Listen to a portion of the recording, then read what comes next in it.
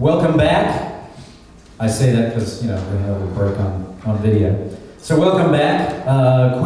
Another wonderful round of applause for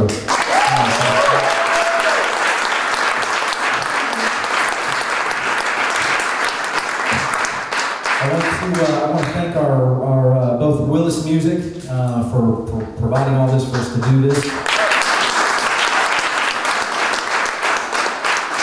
And our fantastic crew, Damian McLean and Josh McDonald are the guys manning our video cameras. Katie Foley, you'll see Katie Foley running about with her camera. We're going to get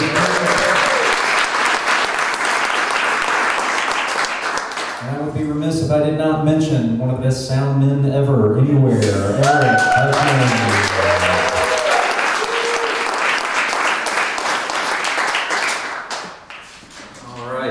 So, we are at the interview segment. Yes. Hello. How are you doing? We're good. How you doing? All right. Well, this, and again, for those of you who have not read any of the interview series thus far, we basically, the idea here is we're going to ask the same questions to all our guests, and that way, not only are you going to get a lot of insight into how Diana does things and whatnot, but it allows you to sort of compare after the fact, sort of a round table-ish type of effect, so that you can go back and look at these again and again, and hopefully gain a lot of additional insight based on, you know, the way they responded to answers, based on their backgrounds and the things that they're doing and their goals and things of that nature. So again, we'll get all that information to you once we get these online. But we do have at Skinny Double Magazine, we do have the print, so to speak, version of the articles, and Diana's just went live a few days ago, maybe a week ago. She's actually like just about 100 reads now away from breaking into our top 10 already, which is unprecedented. Normally it takes a month or two to get into the top 10. Let's get on that. Yeah, that's up to you all. So, Diana, please tell us about your down in New Orleans recording it out. Please tell us about your new project. Yes, absolutely. Okay, so I've been recording since I was about 21 years old. And you don't know how old I am now, so that's irrelevant. But I do have 2 albums to my name. That's a better way of putting that. And both of the projects that I did put a full band behind them. I've had some opportunities to work with great artists, John Farrow from the Glass Harp. And even on the last record, I'm from Cleveland, Ohio. I worked with everybody in the blues community there. Records that I was really proud of. But when I took the stage and it was just me with my guitar, I realized that I didn't have the band behind me, so it really misrepresented what I was doing when I was performing. So when I was performing solo, as I mentioned before, there's a really cool connection that happens with an audience because I literally have nothing to hide behind. You know, if I need to step off the mic or something, then you're just going to have silence. So you get all of me. So I did a lot of research and I tried to dig up an engineer that would have a particular flavor to add to an acoustic record because I didn't want to run the risk of it being too low energy, for lack of a better term. I wanted somebody that would know how to capture the live feel but put it on a studio record. So I tracked down Andrew Gilchrist is his name, but he goes by Goat Boy, and his claim to fame is he worked with Ani DeFranco in the early years, and actually is this main sound guy for Aaron Neville.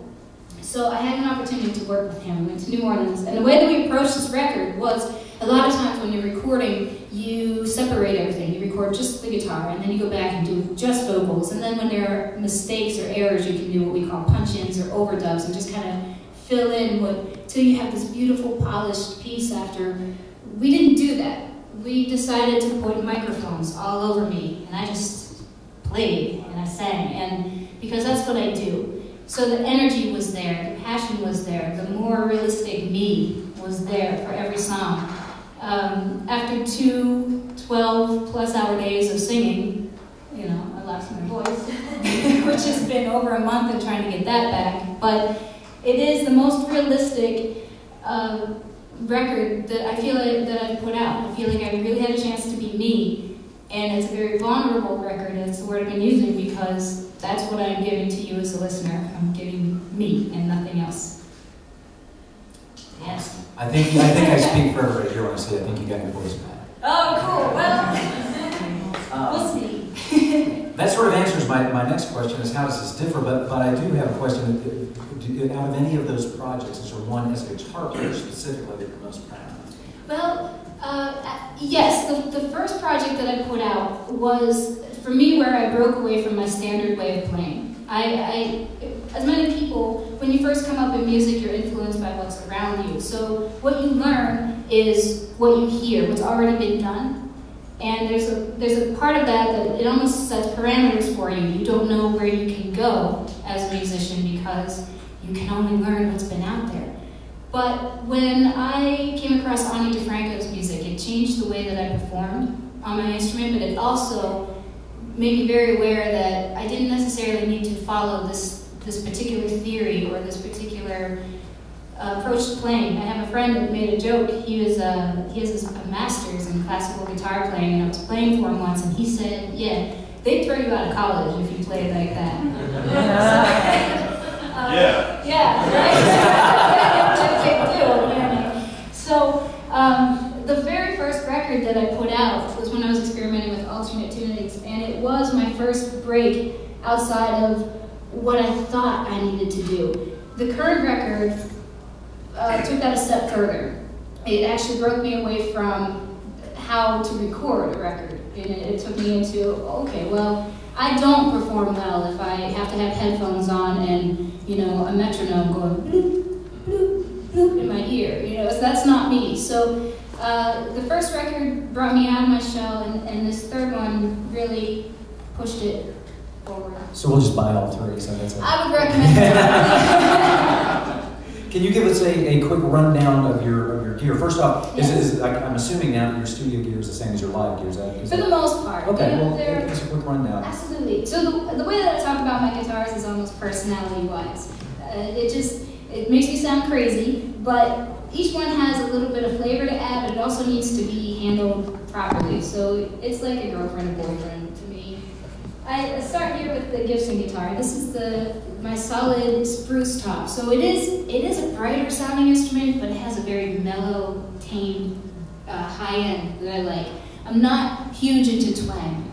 I like just being able to grab that guitar and so when you have a brighter instrument, that's when you get that sound. I don't like that. The Gibson is, as I mentioned before, everything's isolated. You hear the notes, you hear the movements. Actually, Eric was one of the people who brought my attention to that one of the first times performing in Lexington. He said, you know, when you play this song on your Gibson, I hear your soloing more than when you play on some of the other ones. So the downside to it is I don't always get it doesn't raise up to the challenge for every single song. And some of them, I need more thump, I need more bass, and that's where I say it's kind of finicky. If it doesn't fit right in that room, I'm not going to get the performance out of it that I'm after. The ring song, is that the middle one? Yeah, my carbon fiber one. Now, this is the newest piece. This one was added because of the alternate tunings that I use. When I drop down, as soon as you start taking tension off of your neck, two things happen. One, you mess up your neck pretty severely, so I was frequently taking my other guitars to the shop. The carbon fiber is designed so that that neck never moves, so it gives me this range of going up and down. So being able to drop low, I can hit tunings on that particular range song that I can't hit on any other guitar without switching to a baritone or even a bass. The other benefit is that thumping noise, the way that it just resonates. And I think it is a combination of how a guitar sits on your body. I do think that, but I also, the hollowness that it has and where that pickup lies, I can just get that boom sound out of it, which gives the more of the bass drum. And then there's my Takamine, and that's my guy. That's the one that if I can only travel with one guitar, it's coming with me. It kind of stands right in between the Gibson and the Rain Song, and it will do what I need it to do. It sometimes takes a beating as a result. You can see that one's cracked from pounding it, and it also is in the shop the most because that neck is constantly trying to do things it's really not designed to do. But it falls right in the middle, gives us awesome warm tone, lots of nice bass. I can get that thump from it when I need it, but it also gives me that twangy and brightness that can help bring out some of the finger picking style. Excellent. So if Todd Meany brings you 3 or 4 more guitars and just gives you those, you'll be in good shape. I'll find a place for him. Okay, that's good. Can you tell us a little bit about, first off, your early influences, and then also some new players that you like? Absolutely. Well, my earliest influence, the one that turned me to music, was Michael Jackson. Which, how does that fit into a guitar world? Actually, Jennifer Batten was Michael Jackson's lead guitarist, and that was my first opening spot. That was what took me from the coffee shops. Can you do us a quick moonwalk here? Yeah, ready? But where I learned the most from his performance and how it influences mine, bass lines are huge for me. I love a driving bass line. I love when you can feel it. And, Michael, a lot of that work was that. You can hear him kind of beatboxing, like Billie Jean. That bass line just drives the song. So that and the stage animation, which I think matters to a player. I think if you have a personality on stage, it needs to come out. And when I started turning toward the folk scene, I had attended a concert at Peter, Paul and Mary, which was my first official concert.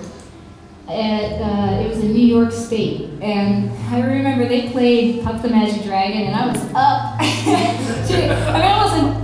I was probably 7th grade, but I was up cheering and singing along, and they finished their song, and they said, okay, all the kids can go to bed now. We're going to get into the adult music. I just shrunk in my seat. But they performed without a band, and their voices carried, and it was an amphitheater, and just to have the 2 men on acoustic guitar and their storytelling, and it wasn't things that were covered up by bass and by drums. It was delivering a song and a message and how people responded to that. It always stuck with me. When I got a little bit older, that's when Anya DeFranco, I refer to her as the game changer. That's when I learned alternate tunings, and that's when I learned how powerful your instrument can actually be when you take the stage. Learning how to just approach it differently. The percussive attack is the phrase that we use. Hitting it, getting those sounds, getting that stops and those big bams when you need them, and kind of taking it again outside of the box. When you talk about new players, this might be a poor answer, but a newer player to me is Lindsey Buckingham. Now I've known his work, of course. I was a huge Fleetwood Mac fan, but he put out a solo record just a couple years ago, and I knew of it, but it wasn't until recently that I really started diving into it and hearing his approach to songwriting. And what I found fascinating was how nervous he was to do a solo performance, because he was so used to having Mick Fleetwood behind him or Stevie Nicks on the in the backup vocals or whatever he needed. And it put it in perspective, I think, as a solo performer, that again, you are vulnerable when it's just you out there, but you have a connection that just doesn't happen with a band sometimes. So I've really been digging into his work and pulling some influence from that. Excellent.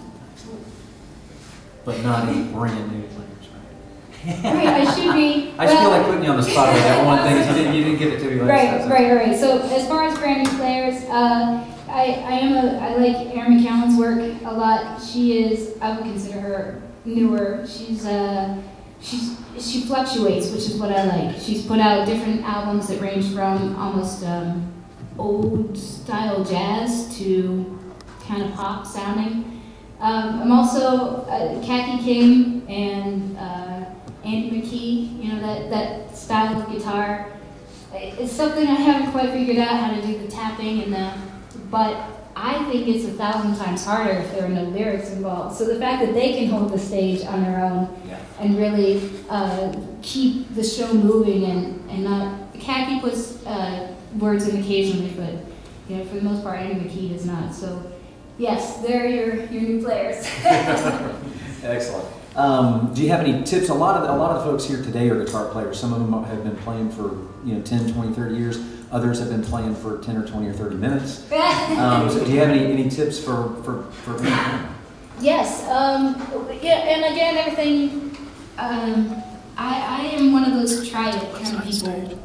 I try not to take rules that this is the way you have to do something. I really think there's so much that's just based on feel, what you feel. For me, when I'm writing, I didn't sit down and go, okay, I need to learn Travis picking, and then I need to learn how to do this modulation. It's not that for me. It's I'm hearing something and I have to get my hand to figure out how to play it. So I think there's a lot that's based off of feel and just allowing yourself the time to experiment. But as a teacher, also, when I have new students that come to me with their How to Learn, beginner book 1, on the very first page, when it's teaching you how to hold your guitar, they show you how to hold your pick. And that to me doesn't make any sense. I will not teach with a pick because to me, you've eliminated the majority of your hand when you have a pick in it. You learn to play without a pick, you've opened up your entire hand, and that's what can open you up to, instead of strumming up and down, you can just kind of do this. You'll still get sound. I promise, I do it all the time. But that's what allows the picking and strumming combination, which opens up your instrument. And so those are just some little ideas that I've kind of tossed around. Put the pick down, and rather than learning the structured way, see what's comfortable for you. Excellent. Say that to a teacher. Well, no, that's quite all right here. All the guys in Never would say we're big on building on strengths. Obviously there's a certain amount of prerequisite. I can play a G chord, but kind of thing. But once they're there, it's all about building on strengths and following interests and where passion lies, as opposed to let's just get all of these dominoes in place. Absolutely. Tell us real quick about your future plans, if you would. Yes. Well, the biggest thing is lately is getting into new areas, performing, and that is also leading me to where I'm relocating to the West Coast. I'll still be coming to Lexington, because as I mentioned, you guys are cool. I am moving to Portland, Oregon, so I'm interested to see what kind of influence the West Coast is going to have for me. Because I grew up in Pennsylvania and Ohio, so I know what Pennsylvania and Ohio influence has done. I want to see the new one. The biggest thing for me, I feel that I have a big confidence in taking the stage solo. So now it's going to be probably about tackling, not necessarily a fear, but just something I'm not as comfortable with, and that is adding other players and finding that right blend. So even with the engineer I just worked with, right before I left that recording process, he said, let's start talking, because it could be another year or two till the next album. And so I'm very intrigued right now how sound effects are used as percussion, not like dubstep. I don't mean that, but there's the Reprieve album by Ani DeFranco. I think is the one that drew my attention to it, where she recorded sounds almost around the house and then incorporates them. So I'm very intrigued by that, and I'm wondering how that interest is going to influence what comes. And living in Portland is just weird to begin with, so I'm going to have to come back with something new and out there, I think.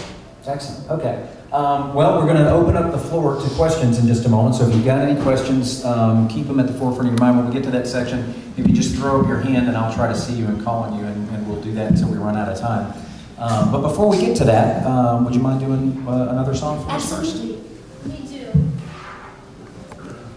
I'm going to do a song. This one is in a newer open tuning for me. It's open G with a root of a D for you guitar players out there. But this is actually the title track from the new album. It's called Find My Way Home.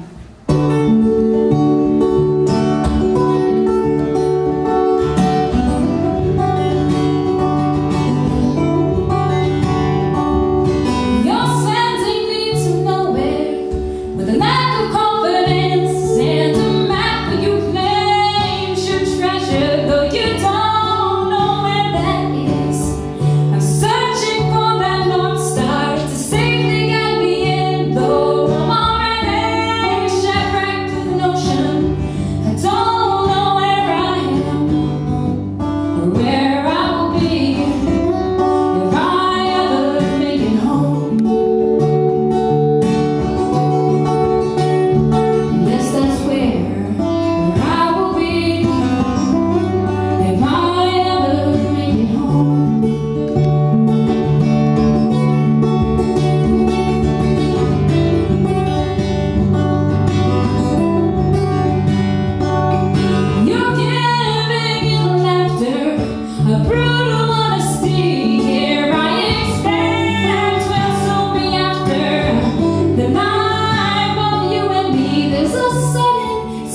strangeness to know I know what's going on, and I have worries in these waters as I'm standing on the shore to see where I'll be if I ever make it home. Yes, that's where I will be, yeah, if I ever make it home.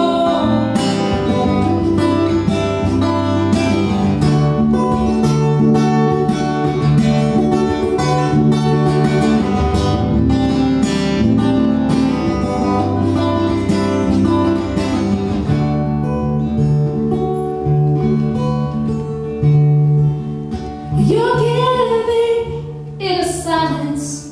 Oh, I can hear your orders, they're loud and clear, directing us to nowhere and leading us with fear.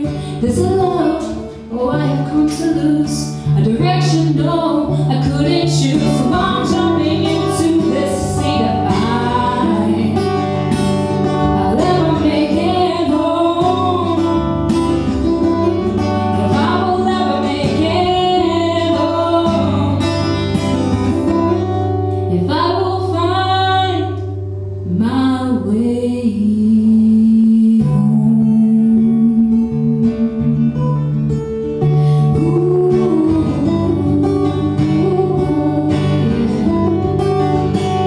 Oh, hey, yeah,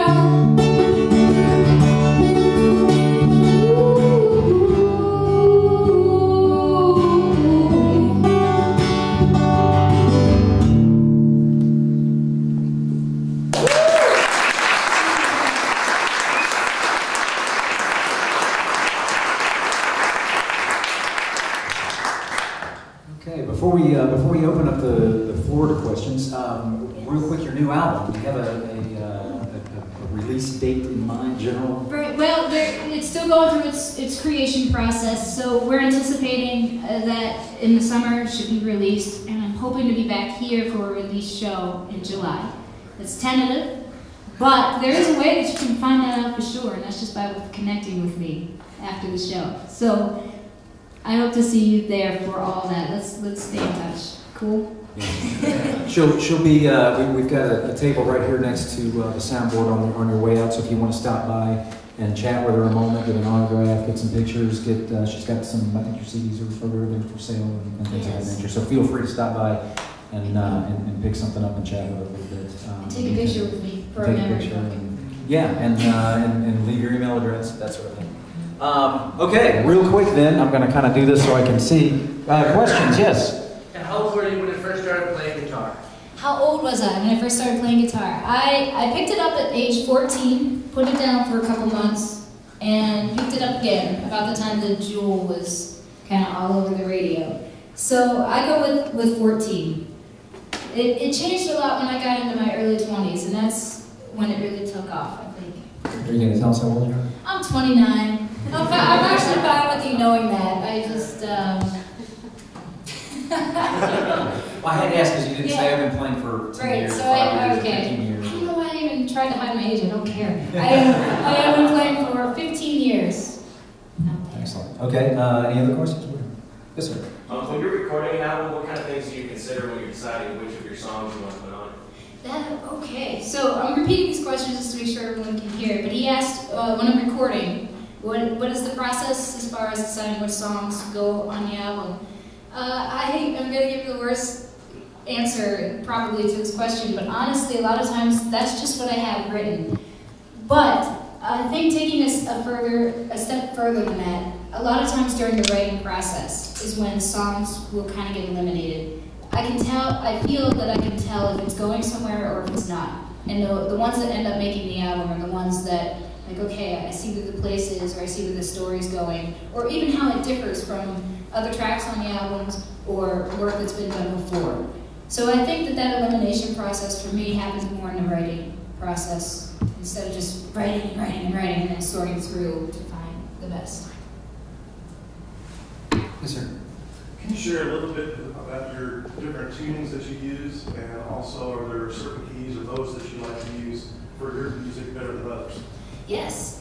Okay, so you asked what tunings I'm using and then particular keys. Particular keys that you like for your music that are better than others to fit your. Well, yeah, with tunings, for a long time I used any open chord. I was using open D, open G a lot. Where a lot of those tunings come from, I will find another artist piece of work, and while I'm learning their song, something stems off for me. So I don't have a go-to tuning that I like. I'm more intrigued by always learning the new tuning.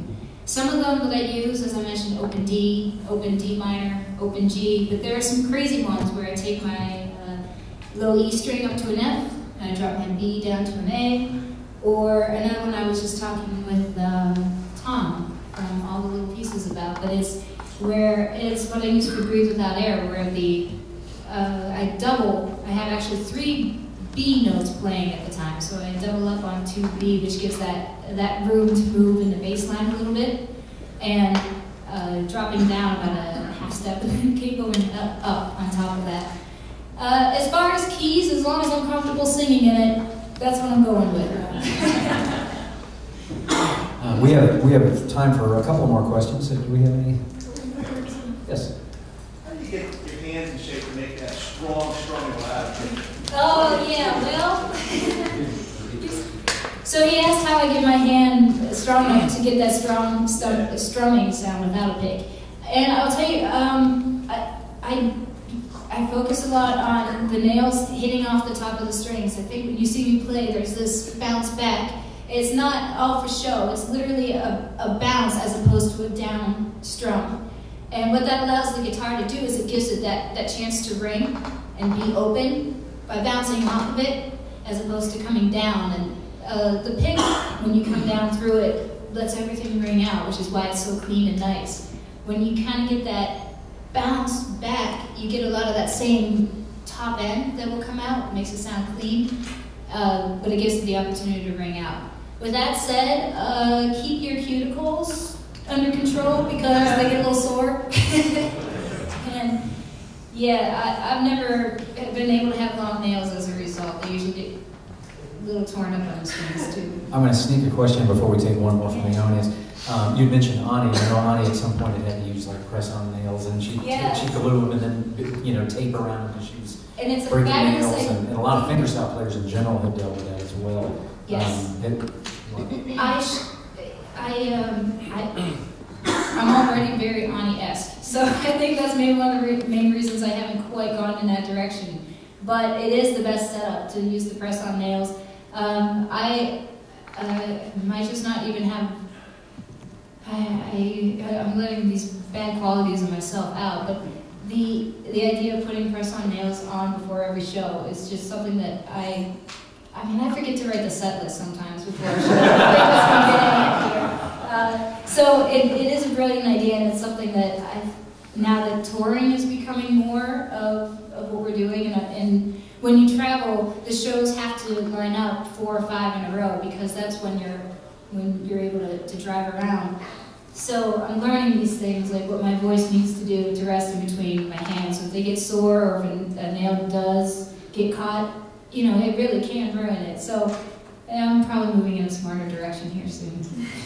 And she is, as we mentioned at the beginning of the show, in the midst of it, or near the beginning of a 20-city tour covering most of the eastern portion of the United States and Canada. Yes, yeah. Yes, that's right. We've got time for one more question, and then we're going to ask her to do one more song before we call it a day. No one back here. Okay. Do you write all of your own music and own all of your own music, or do you collaborate with other people? So he's asking if I write all of my own music, and if I own it all, if I have collaborated. As of right now, I have everything that I have written and recorded is of my own. I haven't done songwriting with another musician. I've done jam sessions, I've done lessons, I've done everything except for writing. A lot of times when I'm approaching another musician, I'm taking their influence, what they know that I don't know. So a lot of times those hangout periods kind of move into, a particular finger style that I haven't conquered. There is one song where I had a friend of mine named Zach, and he was doing a community project where he worked with every musician in the area, and he and I sat down and wrote together. There was an upside to it, the upside was I had to sit down and write a song when it was time to sit down and write a song. The downside was the creative process was sort of taken from me because we were on a time limit and we were, you know, well, what rhymes with this word and what rhymes with, and what do we want this song to be about? And it didn't give me the opportunity to follow the instrument like I like to do or follow whatever the feel is. It just kind of had to become. So I'm open to the idea of writing with other musicians, but I always hope it's that creative process. Excellent. Okay.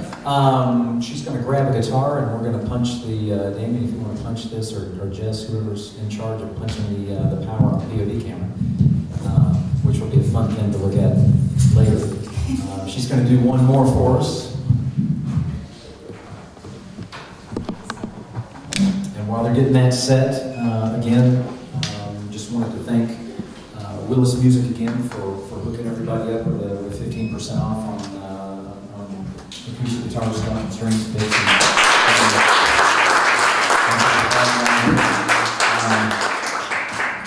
and again, a quick thanks to our crew. Kay Foley's around with doing pictures. Damien and Josh are running around with video cameras. Eric Hutchins on sound today. A big thanks to all the little pieces for doing the opening.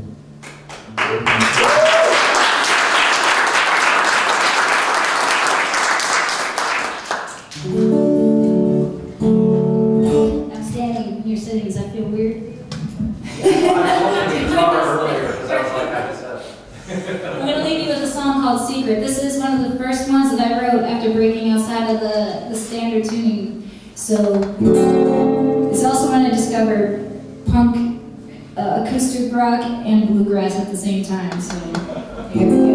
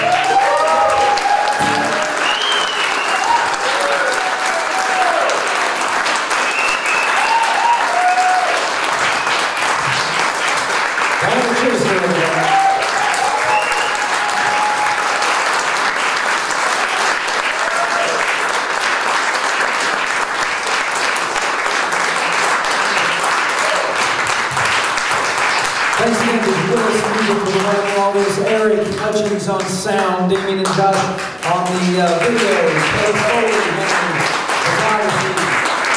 Next month we have another blind delegate will be here, so stay tuned and stay in touch for all that. If you want to meet Diana, she'll be right down here after the show. Thanks to everybody for coming out, and hopefully you'll see Paul tonight at SEC. Yes, Paul. And again, Monday night Wood Songs, Tuesday night BB King at the Opera House, and all through until we get to Saturday, and we've got Lex Champ there, so hope to see everybody out at least a few of those. Everybody have a great one. Thank you so much for coming out.